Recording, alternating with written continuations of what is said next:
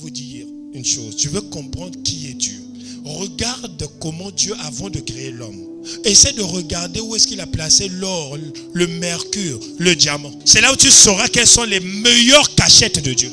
Regarde comment Dieu cache ses yeux, les yeux spirituels d'une personne qui peut résister l'ange sans prière. C'est-à-dire qu'il peut regarder l'ange comme ça, sans prière, et converser avec l'ange, et même grimacer l'ange. Où l'avez-vous mis? Sans prière, hein, comme ça. Mais Dieu a caché ça dans un corps impudique. Le jour où tu connaîtras Dieu, tu sauras pourquoi. Quand les petits enfants me parlent, je me descends comme moi qui suis lent. Je suis plus élancé que toi. Mais je descends, j'écoute les enfants. Parce que je sais que où Dieu cache le trésor là. Parfois, ce ne sont pas des corps que toi tu peux.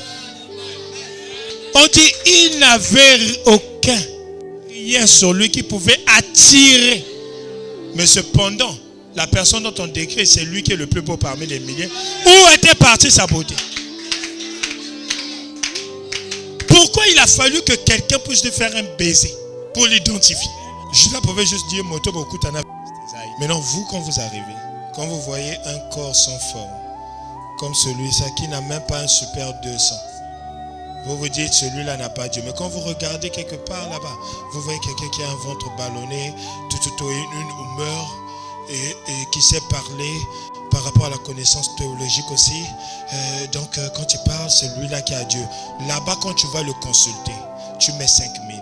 Même si on ne te demande pas, tu mets.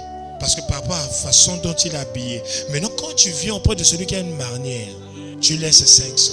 Mais les deux sont des serviteurs de Dieu. Pourquoi cette discrimination? Qu'est-ce qui se passe? Ça veut dire que tu l'as jugé. Tu as trouvé que celui-là est petit. Mais le plus petit sera le plus grand. N'oublie jamais ça. N'oublie jamais que Pierre était plus âgé que Jésus. Mais c'est Jésus qui lui laisse l'héritage. Il faut faire très attention. Et ce que je dis là, ce n'est pas un mensonge. Ce n'est pas que dans zone yonga, non. Je suis habitué comme ça. Un jour, les vieux que tu honores là, un jour ils vont partir. Tu vas rester avec une génération de personnes que tu ne savais pas honorer. Et ça serait compliqué pour toi. Les enfants grandissent et ils prennent la relève. Auprès de Dieu, depuis toujours, il y a eu une relève. Le Dieu de mes pères, le Dieu de mes pères, le Dieu de mes pères. Celui qui parle de mes pères et fils. Donc c'est pas aujourd'hui. Tel que dans le Baka, c'est pas aujourd'hui que toi tu vas payer ton déplacement pour venir me voir. C'est pas aujourd'hui.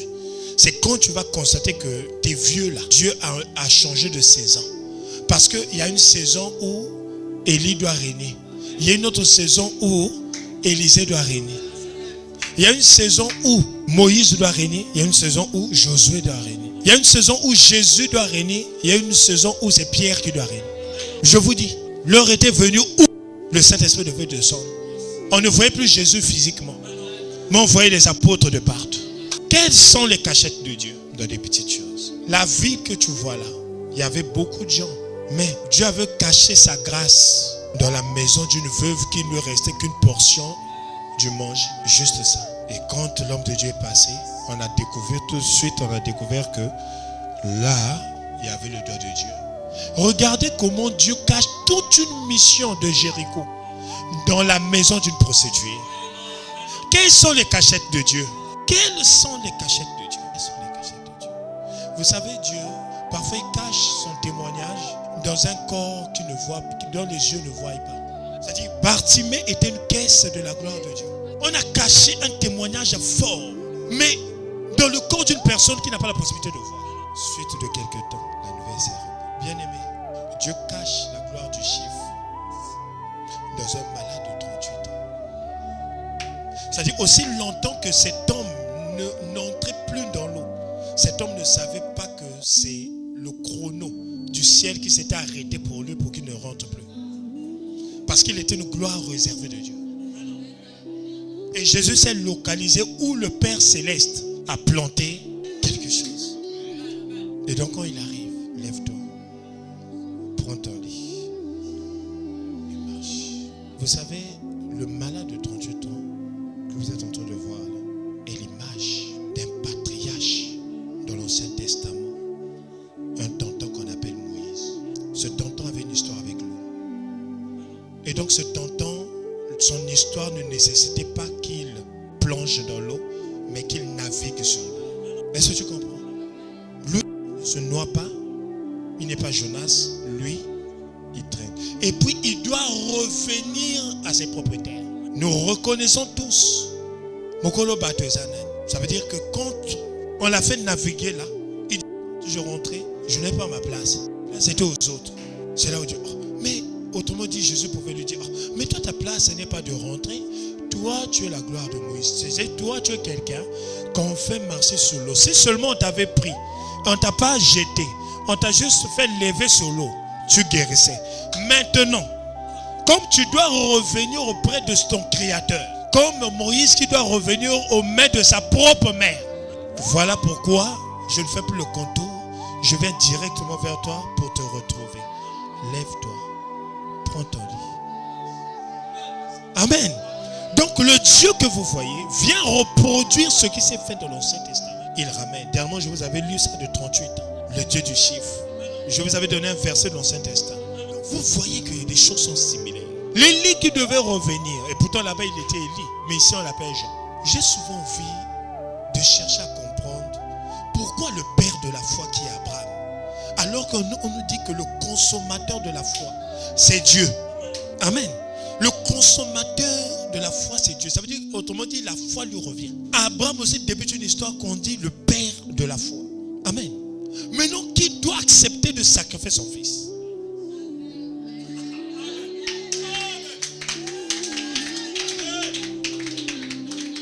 Et donc son fils, en montant, il dit, mais où est? Et il dit, non, Dieu pourvoira. Comme c'est l'Ancien Testament, celui qui devait mourir doit revenir à la vie. Il monte. On dit, celui qui pense déjà, a déjà commis. Ça veut dire que Isaac était mort. Quand il a levé le poignard, son père l'avait déjà tué. Mais comme la prédestination, c'est que le fils que le père est en train de sacrifier doit revenir à la vie. Quelqu'un ne m'a pas compris. Quelqu'un ne m'a pas compris. Et donc Isaac revient en vie. C'est Jésus qui est ressuscité. Parce que son père, dans sa foi, comme il est le père de la foi, il avait déjà tué. Parce que quand il croit que je tue mon fils, il a tué. Vrai ou faux? Moi, Bilal. On peut la suivre, ma beau côté.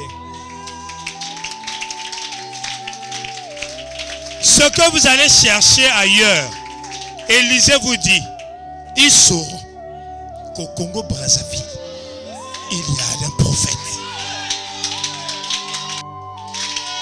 Voyager, allez pour voir qui ça n'y a pas de problème. Mais vous allez payer des billets pour revenir ici. Le bana moninga boti kele katon. Le bana azoko la kamale malem. Le bana ki mobanga papoyo. Toko koma ba livre. Isamba pambola. Allez, lève les mains, commence à bénir le nom de l'Éternel, commence à dire à Dieu.